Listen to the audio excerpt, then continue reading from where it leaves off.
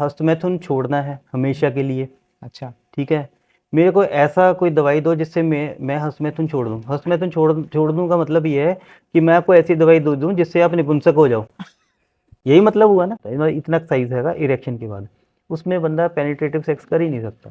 तो उस केस में नाइल ऑगमेंटेशन सर्जरी होती है, उसकी अपनी कॉम्प्लिकेशन है, और वो भी ऐसा नहीं है कि 2 इंच नेचुरल से में आपका आ 6 इंच जाएगा। का हो जाएगा। हाँ। 2 इंच से 3 इंच का, 2.5 इंच का, आधा इंच, हाँ 1 इंच फर्क पड़ जाएगा, इससे ज़्यादा नहीं पड़ता सर्जरी के बाद। एक बंदे ने मेरे को बताया, मैं 10 लाख की दवाई खा चुका हूँ।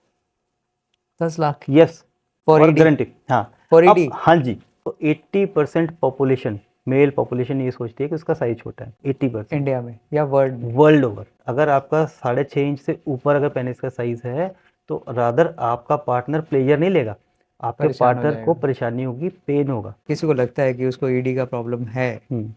तो बेसिक एक्सरसाइजेस से या बेसिक कोई होम प्रैक्टिसेस से पहले हाउ वी कैन ये चीज़ इम्प्रूव समझनी दिस ज़रूरी थिंग्स? है कि साइकोलॉजिकल ईडी है या फिजियोलॉजिकल ईडी है। अच्छा। फिजिकली आप में प्रॉब्लम है या आपके दिमाग में कुछ लोचा हो गया जिसकी वजह से इरेक्टाइल डिसफंक्शन हो गया, तो ये उसमें कैसे पता मतलब लगेगा? अब सवाल आपका सही, ये आ हाँ गया। बिल्कुल। ठीक है, पहला ये है, अगर आपको मॉर्निंग इरेक्शंस होते हैं या रात को किसी टाइम भी इरेक्शन होता है, हम्म। तो आपको ईडी नहीं है, फिजिकल नहीं है। फिजिकल नहीं? रात को इरेक्शन, हर एक एक नॉर्मल इंसान को 3 से 5 बार रात को इरेक्शन आता है सोए सोए। जो रैपिड आई मूवमेंट वाला टाइम होता है ना, एक रैपिड आई मूवमेंट होता है जब हम डीप स्लीप में होते हैं, हम्म। तब आपको इरेक्शन आता है एक हम्म। नॉर्मल मेल को। हम्म। और जब वो सुबह उठता है तब भी कई बार वो रैपिड आई मूवमेंट से उठा होता है, तो इसीलिए उसको मॉर्निंग इरेक्शन भी आता है। ठीक है। तो कई बार जिन लोगों को लगता है कि मॉर्निंग इरेक्शन नहीं आता, तो उसमें एक बहुत महंगा टेस्ट भी है, अभी मेरे को नाम ध्यान नहीं है। या पहले क्या किया करते थे, वो टेस्ट नहीं आया था, तो पेनिस के आसपास एक टिकट जो होती है ना, जो डार्क टिकट होती है, वो लपेट दिया करते थे। अच्छा। ठीक है, डार्क डार्क टिकट में वो बीच में डॉट्स होते हैं। हाँ। ठीक है, तो सुबह वो अगर फटी हुई है, टूट गई है, ओह। इट मीन्स के रात को इरेक्शन आया था। ठीक है, तो ये एक तरीका होता है देखने के लिए, ताकि बंदे को भी प्रूव हो जाए कि नॉकटर्नल इरेक्शन आता है, तुम्हें पता नहीं चलता। सही है। पहला ये है। दूसरा हाँ। ये है कि आपको रैंडमली बैठे बैठे कभी भी दिन में इरेक्शन आता है। तीसरा है, अगर आपको किसी पे कोई आप कोई ऐसा लिटरेचर पढ़ रहे हो या कोई ऐसी मूवी वगैरह कुछ हाँ, ऐसा या इमेजेस या इमेजेस कुछ देख रहे ऐसा, हो, या उस टाइम आपको इरेक्शन है। कई ऐसे अभी बहुत सारे बच्चे हैं जो कि पोर्नोग्राफी बहुत नॉर्मली देखने लग गए हैं, तो उस केस में क्या होता है कि उनका कई बार पॉर्न डिपेंडेंट इरेक्शन हो जाता है। पोर्नोग्राफी देखी, आपको एकदम से ऑटोमेटिकली इरेक्शन आ गया, आपको एफर्ट नहीं करना पड़ा, उस चीज़ पे डिपेंडेंट हो। फॉर एग्जांपल, आपको मैं आज से, आपको कब्ज नहीं है, कब्ज तो नहीं है आपको, नहीं। मैं आपको आज से कब्ज की कोई भी चूर्ण खिलाना शुरू कर दूं, ठीक है। लेक्सेटिव देना शुरू कर दूं, हाँ। आपको मैं 1 महीना दूं, 31वें दिन आपको लेटिन ही नहीं आएगी उसके बिना, हाँ, वो चाहिए। जो चाहिए। सही है। ऐसे ही वो पॉर्न डिपेंडेंट हो जाता है। तो अगर आपको हाँ। पोर्नोग्राफी देखने के बावजूद भी इरेक्शन आ जाता है, हाँ। या आप उसको अपने ऑर्गन को फिजिकली मैनिपुलेट करते हो, छेड़छाड़ी करते हो, तो भी इरेक्शन आ जाता है। या आपको जब आप मास्टरबेट करते हो तो इरेक्शन नहीं जाता, आप मास्टरबेशन के दौरान थ्रू आउट द प्रोसेस आपका इरेक्शन बना रहता है, इट मीन्स कि आपको फिजिकल इरेक्शन की प्रॉब्लम नहीं है, प्रॉब्लम साइकोलॉजिकल। साइकोलॉजिकल आपने माइंडसेट ऐसा बना लिया। यस। आपको लगता अब है कि अगर ये हाँ, होगा तो ही होगा, और नहीं तो नहीं होगा। एक बार अगर आप सेक्स या कुछ भी ऐसा मास्टरबेट नहीं करते हैं, तो अगर इरेक्शन आपका 5 मिनट तक अगर सस्टेन कर गया, क्योंकि एक नॉर्मल एक्टिविटी में 5 मिनट से ज़्यादा नहीं लगते हैं, बाकी जो मर्जी कहते रहे आधा घंटा पौना घंटा, वो सब नहीं बकवास है, वो। ऐसा कुछ नहीं है। वो अपने आप में बीमारी है, जिनको इतना टाइम लगता है वो हमारे पास ट्रीटमेंट लेते हैं कि हमारा नेचुरल हो नेचुरल। हाँ जाए, हाँ हाँ। नॉर्मल हो जाए। तो देखो ना, आप खड़े होकर किसी को बोलो कि आधा घंटा तो कमर हिला के दिखा नहीं, दे, सही बात वो वैसे ही बेचारे को ऑर्थोपेडिशियन के पास जाना पड़ जाएगा। है। राइट। तो वो 5 मिनट के लिए अगर आपका इरेक्शन सस्टेन रहता है, तो आप मानिए, कई बार कई लोग कहते हैं कि हमने कोई भी ऐसा सेक्सुअल एक्टिविटी नहीं करी, लेकिन इरेक्शन 5-7 मिनट के बाद अपने आप चला गया, तो वो जाना ही है। अब आपको पेनिस में इरेक्शन आया, आपने कुछ नहीं किया, तो वो धीरे धीरे चला जाएगा। तो that is a normal thing. Natural कई लोग ये बिलीव प्रोसेस। करते हैं कि इरेक्शन आया ही रहना चाहिए, हाँ। ऐसा नहीं है। हाँ, ऐसे भी केस आते होंगे उल्टे सीधे। यस, बिल्कुल। डिमांड करते होंगे ये थोड़ा। डिमांड्स होती हैं जी, मेरे को हस्तमैथुन छोड़ना है हमेशा के लिए, अच्छा। ठीक है, मेरे को ऐसा कोई दवाई दो जिससे मैं हस्तमैथुन छोड़ दूँ। हस्तमैथुन छोड़ दूँ का मतलब ये है कि मैं आपको ऐसी दवाई दे दूँ जिससे आप नपुंसक हो जाओ, यही मतलब हुआ ना। क्योंकि आप देखो ना, आपके सेक्सुअल वो आपका नेचुरल प्रोसेस है, सेक्सुअल राइट? डिजायर आपके अंदर उठी, आपको सेक्स नहीं मिला, आपने मास्टरबेट कर लिया, अब उसको अगर बंद उसको करेंगे, भी हाँ ये जरूर है, excess of everything is bad. Right. हम ऐसा ट्रीटमेंट भी कर सकते हैं, साइकोथेरेपी भी कर सकते हैं, हम काउंसलिंग भी कर सकते हैं, गाइड भी कर सकते हैं, जिससे वो मिनिमाइज हो जाए। अगर आप कहीं बिल्कुल नहीं होना चाहिए तो नेचुरल प्रोसेस में आ जाए, बट वो हाँ। फिर कई लोग ऐसे कहते हैं कि जी मेरे को एक बार मैंने जैसे कर लिया, उसके बाद मेरे को दूसरी बार इरेक्शन नहीं आता, मेरे को टाइम लगता है। अब देखिए, जो एक एक बार आप जैसे हम पैदा होते हैं, उसके बाद हमें भूख लगती है, ये भी एक तरह की डिजायर है। अब आपने खाना सपोज 9 बजे खा लिया, 11 बजे मैं कहूँ जी ये ब्रेड पकौड़े खाइए, चाय पीजिए, आप हो सकता है कि सोचे हो चलो डॉक्टर साहब ने बोला है, चलो अभी थोड़ा सा ले अब लेते मेरे हैं। को हाँ इतना वेलकम भी कर रहे हैं और सारी बात है, हाँ और बंदा कई बार आंख की शर्म करता है, तो हाँ, थोड़ा सा खा भी लेगा। राइट। अब 12:30 बजे आप किसी और के पास गए, वहाँ वो भी अपना वो कुछ भी, पराठे बना के हाँ बैठे हैं, हाँ, तो आप खा थोड़ा सकते हो। नहीं खा सकते। तो it is also like an appetite. और हम्म, जो एक 16 से 20-22 साल की उम्र होती है, उसमें आपके टेस्टोस्टेरोन लेवल्स बहुत हाई होते हैं, उस टाइम इरेक्शन बार बार आता है। और अगर आप एक बार चाहे मास्टरबेट कर लिया, चाहे आपने इंटरकोर्स कर लिया, फ्यू मिनट्स के बाद ही इरेक्शन आ जाता है। लेकिन जैसे जैसे आपकी उम्र बढ़ती है एज तो वो रिफ्रैक्टरी पीरियड बड़ा होता चला जाता है। अब आप 20s में हो तो थोड़ा टाइम बढ़ेगा, 30s में हो, बंदा ये एक्सपेक्ट करता है जी मैं मैं जब तो 18 साल जवान का था, था हाँ उस तरह का बना दो मेरे को। बस, हाँ 35 साल की उम्र तक शादी तुमने नहीं करी, ठीक है, जो यूथ तो निकल गया, अब मैं आपको हाँ 18 साल का कैसे बना के दूं? हाँ। तो लेकिन बंदे लोग को तो दावे करते हैं, हाँ लोग हाँ। लोग तो दवाइयाँ बेच और देते हैं, बहुत समटाइम्स आई बहुत। Lose my patients also. हाँ। आपकी प्रेजेंस में कई बार हुआ, मेरे को फोन आते हैं तो मैं उनको मना कर देता हूँ, क्योंकि भैया जो नेचुरल, मैं आपको एक हेल्दी ह्यूमन बीइंग बना सकता हूँ, एक हेल्दी मैन बना सकता हूँ, मैं आपको सुपरमैन नहीं बना सकता, हाँ ठीक है ना? हाँ। उसके लिए फिर आप भगवान जाने लो। कुछ और हाँ, ढूंढ लो फिर भाई। आप अच्छा एक अगर बड़ा मिल जाए तो इंटरेस्टिंग बता देना। इंटरेस्टिंग पार्ट है, हाँ बोल कहते हैं लोग कहते हैं जी गारंटी वाली दवाई चाहिए। हाँ, तो भाई गारंटी लेनी है तो आप इन्वर्टर खरीदो या टीवी खरीद लो, मेडिकल साइंस में कोई गारंटी नहीं होया करती। ठीक जो है। भी पढ़ा लिखा जिम्मेवार डॉक्टर है, हम्म, वो आपको टाइफाइड भी आपका ठीक होगा कि नहीं होगा उसकी उसकी भी भी गारंटी गारंटी नहीं नहीं लेगा। लेगा, नहीं लेगा। जो जो लोग इसमें, जो अनपढ़ लोग और जो कह लो कोएक्स जिसको बोल देते हैं, वो इस प्रोफेशन में घुसे हुए हैं, वो आपको देते हैं गारंटी। अब गारंटी देके शर्तिया आपको इलाज शर्तिया इलाज, लिखते उसके हैं बाद बकायदा, बड़ा बड़ा। उसके बाद आपको हजारों लाखों की कैन यू हाँ इमेजिन? बिल्कुल बिल्कुल। एक बंदे ने मेरे को बताया मैं 10 लाख की दवाई खा चुका 10 लाख हूँ, यस, फॉर और ईडी? गारंटी, हाँ। फॉर अब ईडी? हाँ जी, क्या बात हाँ, और प्रॉब्लम फिर भी ठीक नहीं हुई। वो कह मैंने कहा तुमने गारंटी दी थी, कहता हाँ जी दी। मैं कहा अब तू कौन सी पंचायत बैठाएगा, किसके पास अपने फादर को बताएगा, अपनी माँ को है? नहीं बताएगा, बताएगा, बोलेगा ही नहीं बेचारा। अपने सरपंच को जाके बताएगा कि भाई हाँ, साहब मेरे साथ ऐसे हो गया। और गारंटी जहाँ पे आपको दी जा रही है ना, समझ लो कि आप फंसने वाले हो, स्पेशली इस प्रोफेशन में। हाँ, हमारी कोशिश ये होती है, ऑब्वियसली हर एक डॉक्टर ये चाहता है कि उसका पेशेंट ठीक एश्योरेंस, हो, कुछ फेथ हाँ उसको हाँ हाँ, बिल्डअप किया उसका जाए। पेशेंट ठीक हो। और 90% केसेस में हो भी जाते हैं, 10% नहीं भी होते। ऐसा नहीं है कि हम भगवान नहीं है, कोई भगवान से भी सारे लोग तो एक जैसे बनाए नहीं नहीं गए, होते, नहीं ठीक है होते। ना? और किस तरह के, मतलब हम क्वेश्चंस अगर सोचते हैं कि मतलब साइज को लेके तो साइज ऐसा को कर लेके दो। तो साइज को लेके तो बहुत लोग ऑब्सेस्ड हैं। हाँ, और एक इंटरेस्टिंग बात है कि अगर स्टेटिस्टिकल डेटा उठा के देखें तो 80% पॉपुलेशन, मेल पॉपुलेशन ये सोचती है कि उसका साइज छोटा है, 80% इंडिया में या वर्ल्ड में? World over. ओके।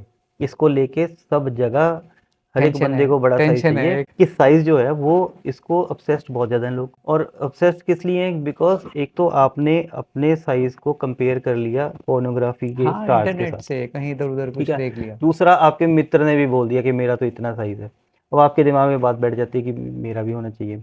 एक नॉर्मल इंसान के दिमाग में है कि 6 इंचेस इज नॉर्मल साइज, जबकि सच्चाई ये है कि अगर आपका पेनिस का साइज 10 सेंटीमीटर या 4 इंच से ऊपर है तो आप नॉर्मल रेंज में आते हो, ठीक है। ठीक है। उसमें अगर आपका 6.5 इंच से ऊपर अगर पेनिस का साइज है तो रादर आपका पार्टनर प्लेजर नहीं लेगा, आपके परेशान हो पार्टनर को जाएगा, परेशानी होगी, पेन होगा। राइट। है। दूसरी बात है कि जो साइज है वो 16, 18, 20 साल से बाद बढ़ता नहीं है। बहुत सारे दावे किए जाते हैं और बहुत सारे प्रोसीजर्स भी आते हैं जो कि बहुत महंगे हैं, लाखों रुपए में उनका खर्चा है, और कोई प्रॉमिसिंग रिजल्ट्स नहीं है। सिर्फ सर्जरी एक इसका जरिया है।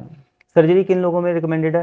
वो 2% पॉपुलेशन है, 100 में से 2 लोगों को सर्जरी की ज़रूरत होती है और 100 में से 20 की सर्जरी ज़बरदस्ती हो जाती है, जिन लोगों को होता है कि मैंने साइज़ बढ़ाना है, बढ़ाना है, वो बढ़ाना है। मेंटली उनके mentality। दिमाग में सेट होता अगर है और दे एक होता है माइक्रो पेनिस बोलते हैं, जिसमें कोई ना कोई हार्मोनल प्रॉब्लम की वजह से या एक्चुअली ग्रोथ अच्छी नहीं हुई है, तो आपका साइज़ 2.5 इंच से कम होता है, मतलब इतना साइज़ हैगा इरेक्शन के बाद, उसमें बंदा पेनिट्रेटिव सेक्स कर ही नहीं सकता। तो उस केस में पेनाइल ऑगमेंटेशन सर्जरी होती है, उसकी अपनी कॉम्प्लिकेशन है, और वो भी ऐसा नहीं है कि 2 इंच नेचुरल से में आपका आ 6 इंच का हो जाएगा, जाएगा। 2 इंच से 3 इंच का, 2.5 इंच का, आधा इंच, 1 इंच फ़र्क पड़ जाएगा, इससे ज़्यादा नहीं पड़ता सर्जरी के बाद। वो भी बाकी बहुत कोई भी एक्सपेंसिव है। बहुत एक्सपेंसिव है, बहुत कॉम्प्लिकेटेड सर्जरी होती है।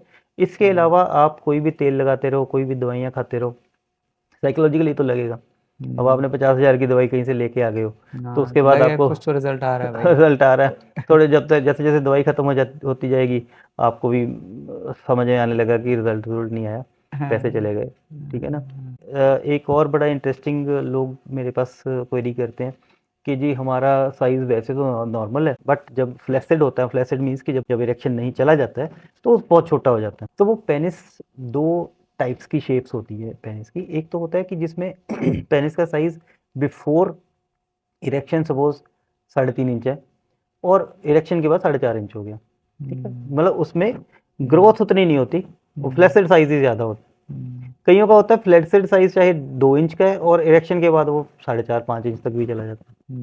कईयों का 70% तक एक्स्ट्रा ग्रो कर जाता है, 3 गुना हो जाता है आफ्टर इरेक्शन, कईयों का 1.5 गुना होता है, 30% ही होता है, 1.25 गुना ही होता है। देखो पेनिस के 2 काम है, पेशाब करना और इंटरकोर्स करना। जो पेशाब करने के लिए आपके पेनिस का साइज 1.5 इंच का है, 1 इंच का है, वो मैटर नहीं करता।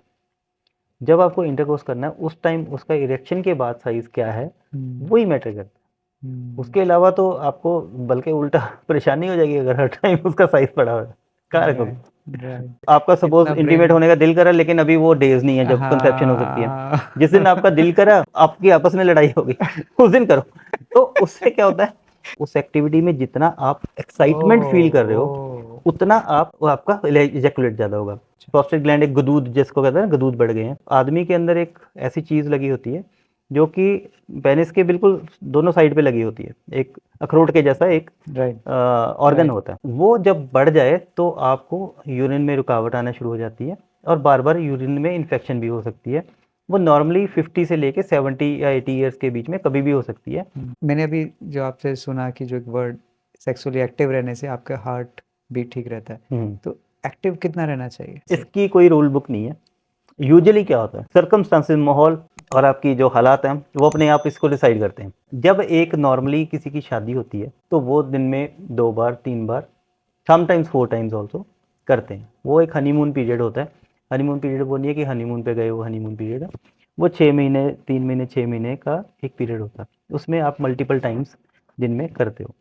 उसके बाद क्या होता है कि प्रेगनेंसी हो जाती है। प्रेगनेंसी होने के बाद जो आपकी जो फीमेल पार्टनर है उसका थोड़ा सा ध्यान अपने बच्चे की तरफ जाना शुरू हो जाता है। दूसरा क्या होता है कि आपकी प्रायोरिटीज चेंज हो जाती है। अब नई नई शादी हुई है, उसमें क्या है कि सपोज आप किसी बिजनेस में हो, आपके भाई बंधु कहेंगे कि हम बिजनेस एनवायरमेंटल पूरा संभाल लेंगे, तुम सपोर्टिव हो जाता है, सपोर्टिव ठीक है। रहता है। आप किसी डिपार्टमेंट पे हो, वहाँ भी आपको छुट्टियाँ आराम से सब मिल जगह जाती हैं, उनको पता है यार सपोर्टिव। इसकी नई नई शादी हुई है। जैसे जैसे आपकी शादी पुरानी होती है, आपकी प्रायोरिटीज चेंज होनी शुरू हो जाती है। देखो पहले एक बंदे के लिए कमा रहे थे, अब 2 बंदों के लिए कमा रहे हो, तीसरे की तैयारी उसके बाद करनी है। तीसरे के लिए कमाना शुरू करोगे। बच्चे का तो 2 लोगों जितना खर्चा होता है, हाँ। स्कूल की फीस है, उनका डॉक्टर की फीस है, और चीज़ें हैं, उनका बच्चों के कपड़े बड़ों से महंगे आने लग गए हैं, उनके जो फूड प्रोडक्ट्स हैं वो इतने से महंगे। तो थिंग इज कि एक नॉर्मल बंदा जो है ना, उसकी प्रायोरिटीज धीरे धीरे चेंज होनी शुरू होती है। तो यूजुअली ट्वाइस और थ्राइस अ वीक पे बात आ जाती है या डेली पे आ जाती है। आफ्टर फ्यू ईयर्स वो वीक में एक बार 2 बार, ठीक है। अगर आप जो है, अगर मंथ में अगर आप 3 से 4 बार नहीं करते हो, इट मीन्स कि आपकी सेक्सुअल लाइफ में गड़बड़ है। 50 ईयर्स से पहले तो इतना मिनिमम होना चाहिए। और इसका सिर्फ यही नहीं है कि आप को क्या क्या करना है, क्या क्या फ़ायदे होते हैं।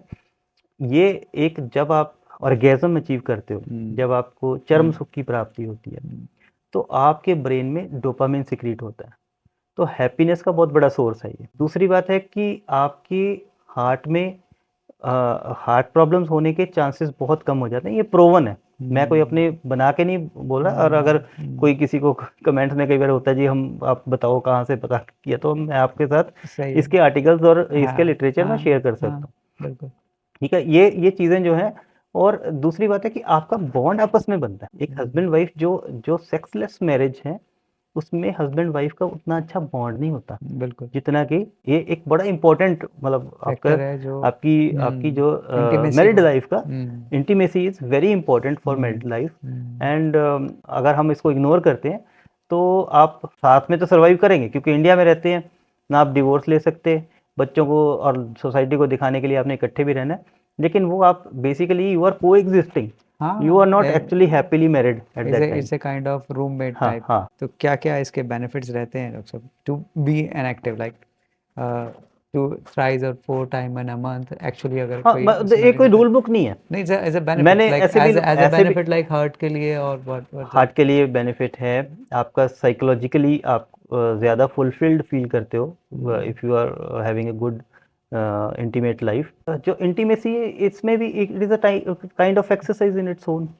ठीक है ना, आपका ब्लड प्रेशर और सारी जो आपकी हार्ट बीट है, सारी चीज़ें बढ़ती हैं उस टाइम, तो वो भी एक तरह का आपका कार्डियो एक्सरसाइज भी है। तो इसीलिए शायद हार्ट के लिए अच्छा है ये।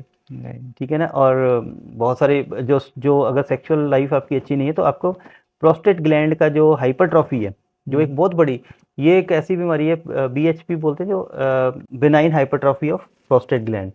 प्रोस्टेट ग्लैंड एक गदूद जिसको कहते हैं ना, गदूद बढ़ गए हैं, वो एक आदमी के अंदर एक ऐसी चीज़ लगी होती है जो कि पेनिस के बिल्कुल दोनों साइड पे लगी होती है, एक अखरोट के जैसा एक ऑर्गन होता है। वो जब बढ़ जाए तो आपको यूरिन में रुकावट आना शुरू हो जाती है और बार बार यूरिन में इन्फेक्शन भी हो सकती है।